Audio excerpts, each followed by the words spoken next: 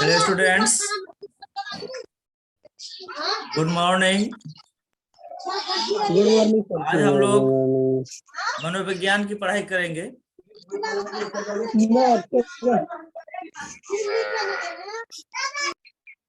मनोविज्ञान की पढ़ाई करेंगे। मनोविज्ञान में हम लोग फ्रायड के बारे में पढ़ चुके थे। फ्रायड जो है वो लिबिडो, फ्रायड जो है वो लिबिडो पर बहुत जोर दिया था, लिबिडो या काम शक्ति पर बहुत जोर दिया था। फ्रायड के सारी बातों को हम लोग पढ़ चुके हैं। तो उसमें हम लोग ये देखे थे कि वो काम शक्ति या लिबिडो पर बहुत ज्यादा जोर दिया था। तो ऐसी स्थिति में लिबिडो पर ज्यादा जोर देने के कारण, काम शक्ति पर ज्यादा जोर देने के कारण फ्रायड का के साथ जो काम करने वाले लोग थे, फ्रायड के साथ जो काम करने वाले लोग थे या फ्रायड का जो शिष्य था, स्टूडेंट था, चेला जिसको बोलते हैं, तो वो जो था फ्रायड का स्टूडेंट लोग, वो लोग फ्रायड से नाराज हो गए और उन लोगों का कहना था कि काम शक्ति पर इतना ज्यादा जोर देने की जरूरत नहीं है। और ये लोग अलग हो गए फ्रायड से, फ्रायड के सिद्धांतों से असहमत होते हुए, फ्रायड के सिद्धांतों का विरोध करते हुए फ्रायड के सहयोगी और उसके शिष्य वो लोग अलग हो गए और एक नया उपागम चलाया, विचारधारा चलाया, जिसका नाम था मानवतावादी उपागम। तो आज के पाठ में हम लोग मानवतावादी उपागम पर की जानकारी लेंगे कि मनोविज्ञान में मानवतावादी उपागम क्या है, इसके बारे में आज हम लोग जानकारी लेंगे। एक स्क्रीन शेयर लेते हैं, फिर इसको देख लो।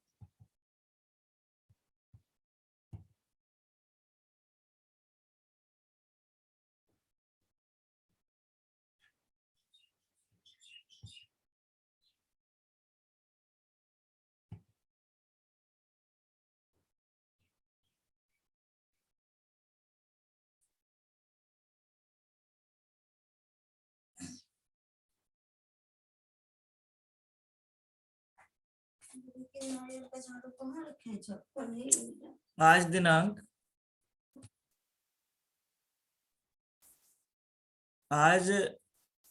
दिनांक 12 मई 2021, समय 6:15 पूर्वाह्न, कक्षा 12, विषय मनोविज्ञान, अध्याय 2, आत्म और व्यक्तित्व।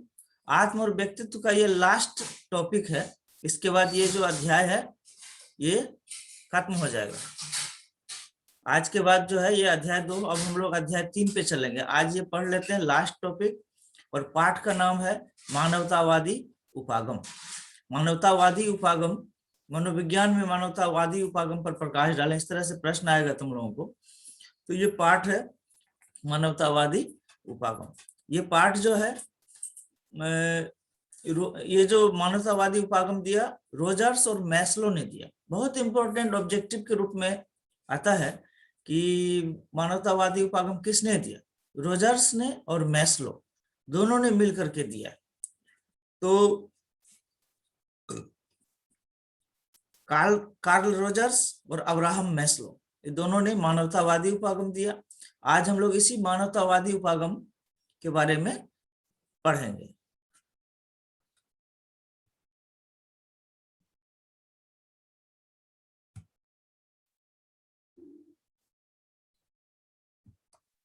ये जो मानवतावादी उपागम है ये रोजर्स एवं मैस्लो ने दिया। वे लोग जो है फ्रायड का विरोध करते हुए, फ्रायडवाद का विरोध करते हुए इस उपागम को दिया। एक नया विचारधारा था ये फ्रायड के समय में, फ्रायड के बाद ये विचारधारा का जन्म हुआ, जब फ्रायड ने अहंग पर ज्यादा जोर दिया, काम शक्ति पर ज्यादा जोर दिया, लिबिडो पर ज्यादा जोर दिया। तब इसका विरोध करते हुए रोजर्स और मैस्लो ने एक अलग ही विचारधारा दिया, अलग ही सिद्धांत दिया, जिसको मानवतावादी उपागम कहते हैं। इस उपागम में काम शक्ति पर जोर न देते हुए व्यक्ति के योग्यता, क्षमता, अभिरुचि, इस पर ज्यादा जोर दिया गया।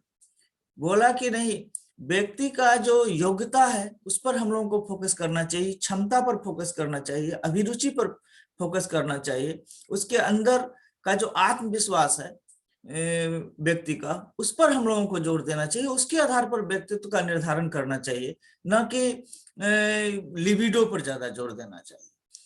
इस तरह से इन्होंने एक नया विचारधारा दिया जो कि व्यक्ति की योग्यता, क्षमता आदि पर ज्यादा जोर देता है, अभिरुचि पर ज्यादा जोर देता है। तो इस तरह से एक नया विचारधारा का जन्म हुआ जिसको हम लोग मानवतावादी उपागम कहते हैं। और इसमें जो है रोजर्स और मैस्लो का बड़ा योगदान था। हालांकि ये मानवतावादी उपागम पहले मैस्लो ने ही दिया था, परंतु इसमें रोजर्स ने भी मिलकर काम किया था। तो रोजर्स, सबसे पहले हम लोग अब रोजर्स की बात करते हैं कि रोजर्स जो है उन्होंने एक सिद्धांत दिया, पूर्ण प्रकारशील व्यक्ति, पूर्णतः प्रकार्यशील, फुली फंक्शनिंग पर्सनैलिटी। जो ऐसा व्यक्तित्व जो पूरी तरह से फंक्शन में हो, पूरी तरह से प्रकारशील हो, पूरा तरह से खिला हुआ हो, पूर्ण संभावनाओं से भरपूर हो। ये व्यक्तित्व की चरम सीमा है। जब व्यक्ति पूर्णतः प्रकारशील हो जाता है तो वह चरम को प्राप्त कर लेता है, उस व्यक्तित्व पूरा निखर करके आता है सामने। ये चीज ध्यान रखना है कि रोजर्स ने पूर्णतः प्रकारशील व्यक्ति का सिद्धांत दिया, विचार दिया, फुली फंक्शनिंग पर्सनैलिटी, मतलब ऐसी पर्सनैलिटी, ऐसा व्यक्तित्व जो पूरी तरह से अपनी सारी संभावनाओं को विकसित कर लिया है। इसी को कहते हैं पूर्णतः प्रकारशील व्यक्ति। तो ये उनके अनुसार व्यक्ति प्रत्येक क्षण अपनी क्षमता अनुसार अपने व्यवहार द्वारा अपनी क्षमताओं को प्रकट करता है, अपनी योग्यताओं को प्रकट करता है। और जब उसका व्यक्तित्व जो है वह जब पूरी तरह से विकसित हो जाता है तो वह उसका व्यक्तित्व पूरा हो जाता है, और ऐसे व्यक्ति को हम लोग कहते हैं पूर्णतः प्रकारशील व्यक्ति। समझ गए? रोजर्स ने पूर्णतः प्रकारशील व्यक्ति का विचार दिया था। रोजर्स ने इसके अलावा एक चीज और है जिसने रोजर्स ने आत्म या स्व का विचार दिया था। तुम लोग को इससे पहले हम लोग आत्म या स्व पढ़ाए थे। इस चैप्टर के शुरुआत में ही आत्म या स्व पढ़ाया गया था, जिसमें बताया गया था कि आत्म जो है, बताया गया था कि आत्म वह है जो व्यक्ति अपने बारे में विचार रखता है। आदमी जब अपने बारे में जो भी विचार रखता है वही उसका आत्म या स्व होता है। व्यक्ति का है ना कि मैं हूं, मेरा, मैं, तो ये जो मैं भावना है यही क्या है? आत्म है। यही आत्म है जो अपने बारे में विचार रखते हैं। जैसे मैं ईमानदार हूं, मैं कर्मठ हूं, मैं शक्तिशाली हूं, मैं जो है अच्छा हूं, अच्छा लड़का हूं।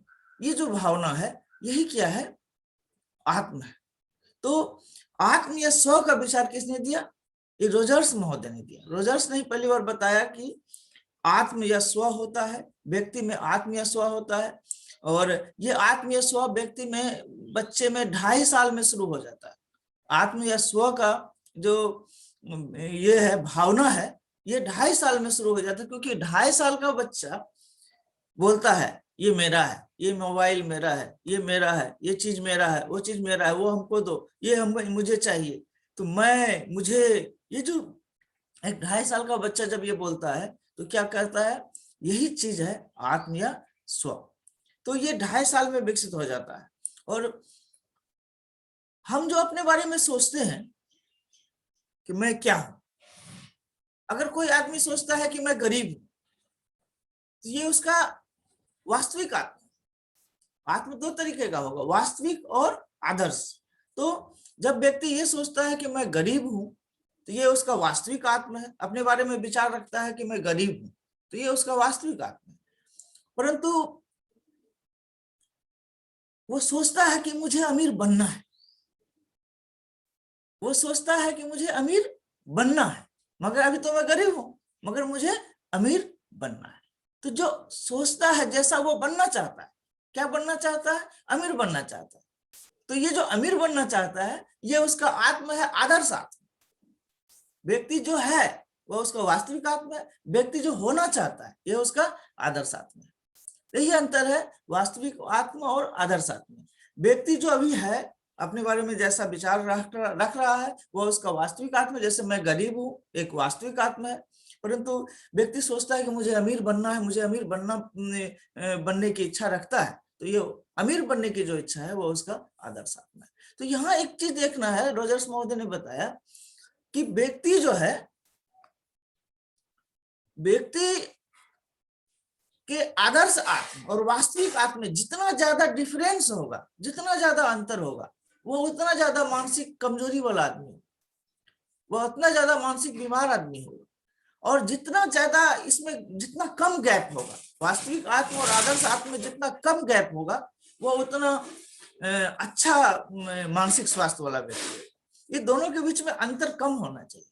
अब मान लो तुम गरीब हो या हम गरीब हैं, कोई व्यक्ति सोचता है मैं गरीब हूँ और वो अमीर होना चाहता है, तो उसके मन में तो कई तरह की भावनाएं उत्पन्न हो रही है, कैसे अमीर होना है, या टेंशन में चल रहा है। तो जितना ज्यादा टेंशन होगा उतना ज्यादा उसका मानसिक स्वास्थ्य गड़बड़ होगा, उसका मानसिक स्वास्थ्य खराब होगा।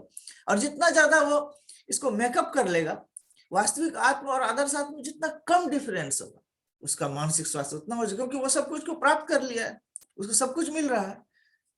समझ गए ना बात? यही चीज है। रोजर्स ने आत्मीय स्व का विचार दिया, रोजर्स ने पूर्णतः प्रकाशशील व्यक्ति का विचार दिया। ये समझ गए रोजर्स के बारे में। अब आते हैं मैस्लो के बारे में। अब्राहम मैस्लो, अब्राहम मैस्लो ने सबसे पहले मानवतावादी उपागम को विकसित किया था। उन्होंने आत्मसिद्धि सिद्धांत दिया। अभी बहुत ऑब्जेक्टिव, बहुत इंपॉर्टेंट ऑब्जेक्टिव, कि आत्मसिद्धि सिद्धांत किसने दिया? सेल्फ एक्चुअलाइजेशन थ्योरी, ये मैस्लो ने दिया था।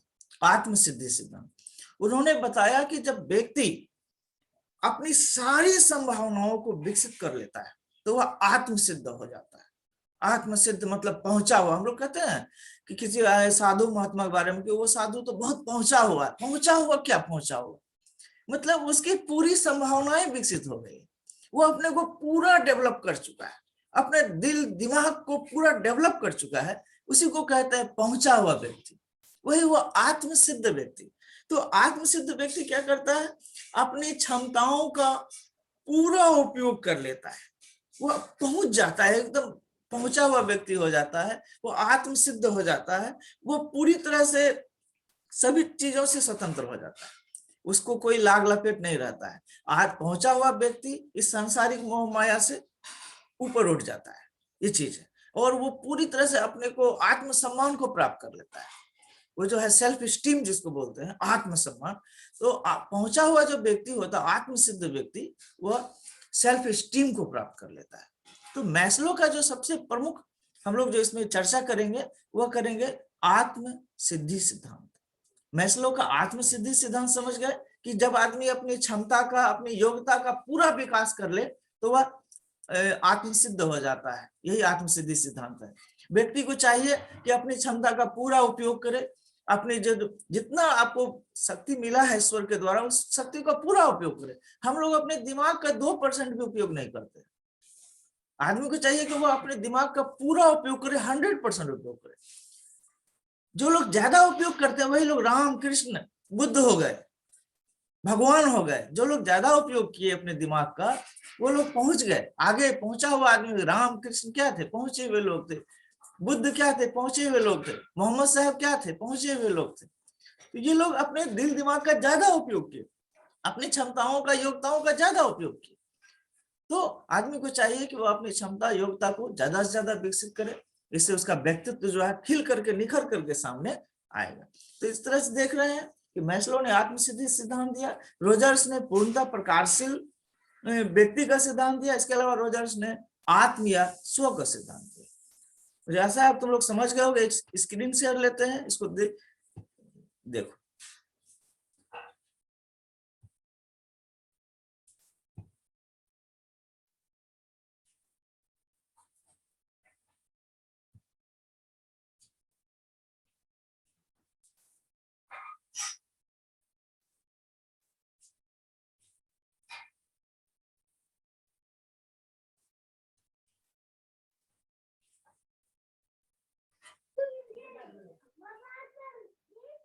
छोटा आया है सर।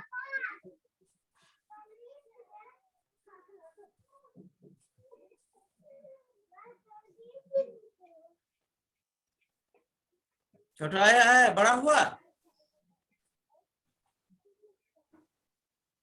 नहीं सर।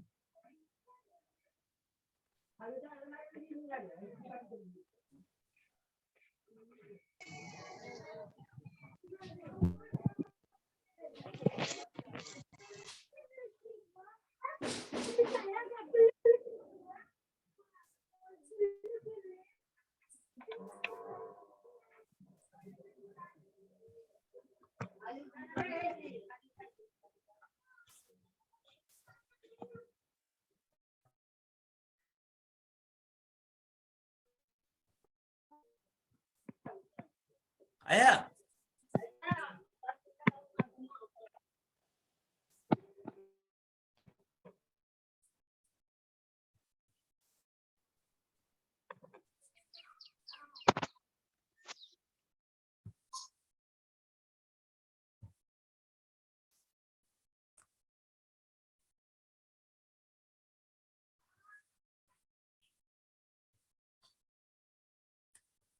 देख लिए मैस्लो का मानवतावाद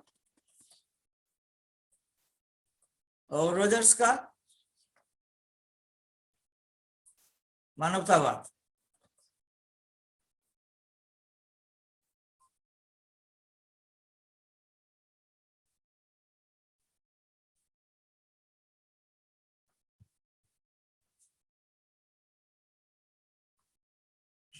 अब हम लोग जो है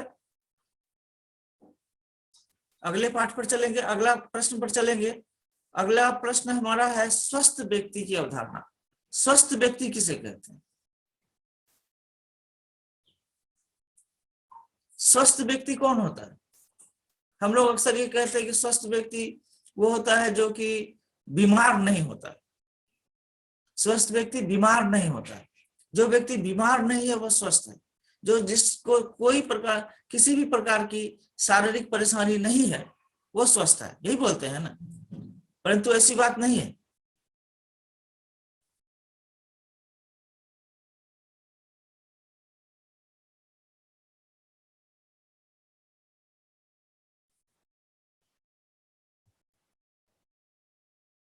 परंतु ऐसी बात नहीं है। जो व्यक्ति शारीरिक रूप से बीमार नहीं है वही स्वस्थ नहीं है। ये मानवतावादी लोगों ने, मानवतावादी विद्वानों ने बताया कि जो है जो व्यक्ति जो है सिर्फ शारीरिक बीमारी से दूर रहना ही जो है ये नहीं है। शारीरिक बीमारी से दूर रहना ही स्वस्थ होने की निशानी नहीं है, बल्कि स्वस्थ होने के लिए कुछ बातें जरूरी है। स्वस्थ होने के लिए क्या चाहिए? वातावरण के साथ समायोजन करना ही स्वस्थ नहीं है, बल्कि स्वस्थ व्यक्ति जो है में निम्नलिखित लक्षण होते हैं। वो लक्षण क्या होते हैं कि वे अपनी भावनाओं के प्रति ईमानदार होते हैं। वो अपने भावनाओं के प्रति सजग होते हैं। स्वस्थ व्यक्ति जानते हैं कि मेरे मन में क्या चल रहा है और उस जो मन में चल रहा है उसको वो पूरा करते हैं, उसके प्रति सत्यनिष्ठ होते हैं। अगर मन में सही चीज चल रहा है तो उसको वो पूरा भी करते हैं। स्वस्थ व्यक्ति कभी दोहरा जीवन नहीं जीते हैं, उसका बाहर भीतर एक समान होता है। हम लोग अक्सर दोहरा जीवन जीते हैं, बाहर से कुछ रहते हैं अंदर से कुछ रहते हैं, होता है कि नहीं? परंतु स्वस्थ व्यक्ति वे होते हैं जो कभी दोहरा जीवन नहीं जीते हैं। जो मन में है वो बोल भी देते हैं, जैसा वो अंदर है वैसा ही बाहर है। यही स्वस्थ व्यक्ति की निशानी है। स्वस्थ व्यक्ति का एक और विशेषता क्या है कि वह जगह बदलने के साथ अपना व्यवहार नहीं बदलते। हम लोग क्या करते हैं? जगह के साथ व्यवहार बदलते हैं। घर में अपना व्यवहार कुछ रखते हैं, विद्यालय में अपना व्यवहार कुछ रखते हैं, कोचिंग में अपना व्यवहार कुछ रखते हैं, किसी के यहाँ मेहमानदारी में जाते हैं तो वहां अपना व्यवहार बदल लेते हैं। तो ये जो व्यवहार बदलने की जो प्रक्रिया हम लोग करते हैं ये स्वस्थ होने का निशानी नहीं है। स्वस्थ व्यक्ति कभी व्यवहार बदलता ही नहीं है, हमेशा याद रखना। स्वस्थ व्यक्ति हर जगह अपने व्यवहार को एक समान रखते हैं। स्वस्थ व्यक्ति खुद को समझते हैं और खुद के साथ न्याय करते हैं। ये है स्वस्थ व्यक्ति की अवधारणा। एकदम किसी प्रकार की बीमारी नहीं होना ही स्वस्थ होने का निशानी नहीं है। बल्कि बाहर भीतर एक समान होना स्वस्थ होने का निशानी है। बाहर भीतर एक समान होना जो है वो स्वस्थ होने का निशानी है। दोहरा जीवन नहीं जीना स्वस्थ होने का निशानी है। बीमारी से मुक्ति स्वस्थ होने के लिए मानवतावादी विद्वानों ने, मैस्लो और रोजर्स आदि विद्वानों ने इस बात को दिया था कि स्वस्थ व्यक्ति वे होते हैं जो बाहर भीतर एक समान होते हैं, वे अपनी भावनाओं के प्रति सजग होते हैं, सत्यनिष्ठ होते हैं, और वे दोहरा जीवन कभी नहीं जीते हैं, और वे अपनी इच्छाओं के का सम्मान करते हैं। जो भी इच्छा होती है उसको वो पूरा करते हैं। यह है स्वस्थ व्यक्ति। एक स्क्रीन शेयर लेते हैं, इसके बाद इसको तुम लोग नोट डाउन करो।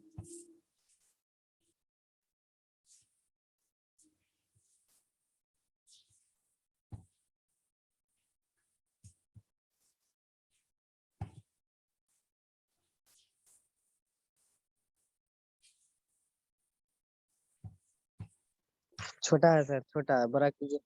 छोटा आ गया? छोटा आ गया सर। ओके।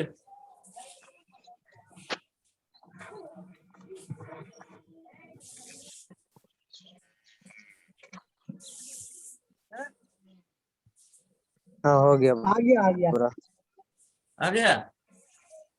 हाँ सर, फिर छोटा हो गया सर।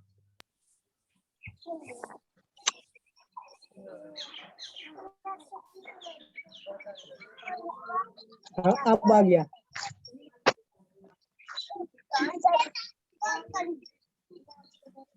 स्वस्थ व्यक्ति की स्वस्थ व्यक्ति की अवधारणा पर प्रकाश डालें। अभी हमने बताया कि मानवतावादी विद्वानों ने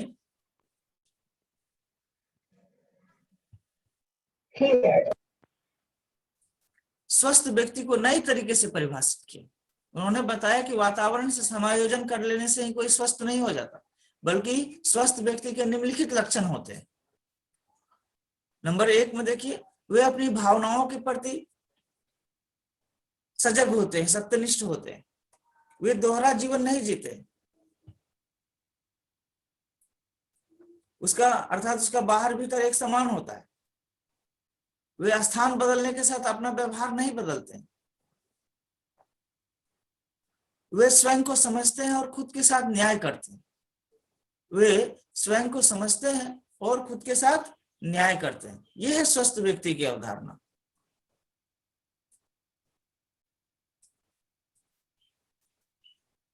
ये 4 पॉइंट है, 4 विशेषता है जिसको तुम लोग जो है नोट डाउन करो, याद कर लेना और समझ लेना। समझना ज्यादा जरूरी है। तुम लोग रट्टा मारने की कोशिश करते हो, रट्टा मारना बेकार है, इसको समझिए। स्वस्थ व्यक्ति बीमारी नहीं होने का नाम ही नहीं है, बल्कि स्वस्थ व्यक्ति में निम्नलिखित लक्षण होते हैं। स्वस्थ व्यक्ति का बाहर भीतर एक समान होता है, जैसा वो अंदर है वैसा ही वो बाहर होता है। स्वस्थ व्यक्ति जो है अपने भावनाओं के प्रति, इच्छाओं के प्रति सजग और सत्यनिष्ठ होते हैं। वह स्वस्थ व्यक्ति अपना व्यवहार कभी भी जगह बदलने पर नहीं बदलते हैं। स्वस्थ व्यक्ति खुद को समझते हैं और खुद के साथ न्याय करते हैं। यह है स्वस्थ व्यक्ति। ये मानवतावादी विद्वानों ने इस स्वस्थ व्यक्ति की को नए तरीके से परिभाषित किया था। अभी हम लोग तो चूंकि मानवतावाद पढ़ रहे थे, इसलिए उसी क्रम में ये स्वस्थ व्यक्ति की अवधारणा को भी पढ़ पाए।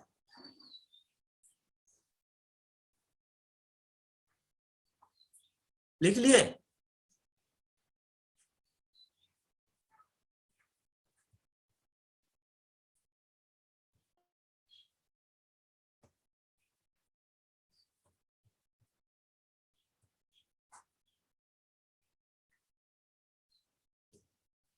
रतन, क्या क्या हुआ सर, क्या हुआ? कह रहे हैं कि मानवतावादी उपागम कौन दिया? मानवतावाद दवा दिया सर, उसका नाम भूल गए। रोजर्स और मैस्लो ने मानवतावादी उपागम को दिया, जिसमें रोजर्स ने पूर्णतः प्रकाशशील व्यक्ति का सिद्धांत दिया और आत्म या स्व का सिद्धांत दिया, और मैस्लो ने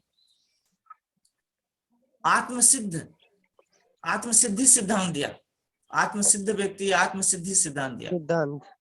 हाँ, जिसमें वो बताया कि अपनी पूरी संभावनाओं को पूरा कर लेना ही आत्मसिद्धि है। जब व्यक्ति अपनी पूरी क्षमता का विकास कर लेता है तो वो आत्मसिद्धि अवस्था है। और स्वस्थ व्यक्ति की अवधारणा का विकास भी मानवतावादी विद्वानों ने किया। उन्होंने स्वस्थ व्यक्ति की परिभाषा नए तरीके से दी। इस तरह से आशा है तुम लोग को ये जो आज का लेसन है वो समझ में आ गया होगा। अब सिर्फ 1 मिनट समय है, ये ऑटो कट हो जाएगा। तो इससे अच्छा है हम लोग जो है क्लास को खत्म करते हैं। ठीक है, कोई किसी तरह का प्रश्न पूछना है तो पूछ सकते हो, कुछ समझ में नहीं आया हो तो पूछ सकते हो। समझ में आ गया इसका सब कुछ? फोटो फिर भेज देने व्हाट्सएप में। सब कुछ क्वेश्चन समझ का में आ फोटो गया? भेज दीजिएगा सब। आज का लेसन समझ में आ गया? यस सर, हाँ समझ सर। में आ गया है। हाँ ओके सर हाँ। हाँ सर, समझ में आ गया, लेकिन क्वेश्चन का ओके, फोटो तब भेज दीजिएगा व्हाट्सएप में। ठीक है। Thank you class. ठीक है ओके। सर। ओके।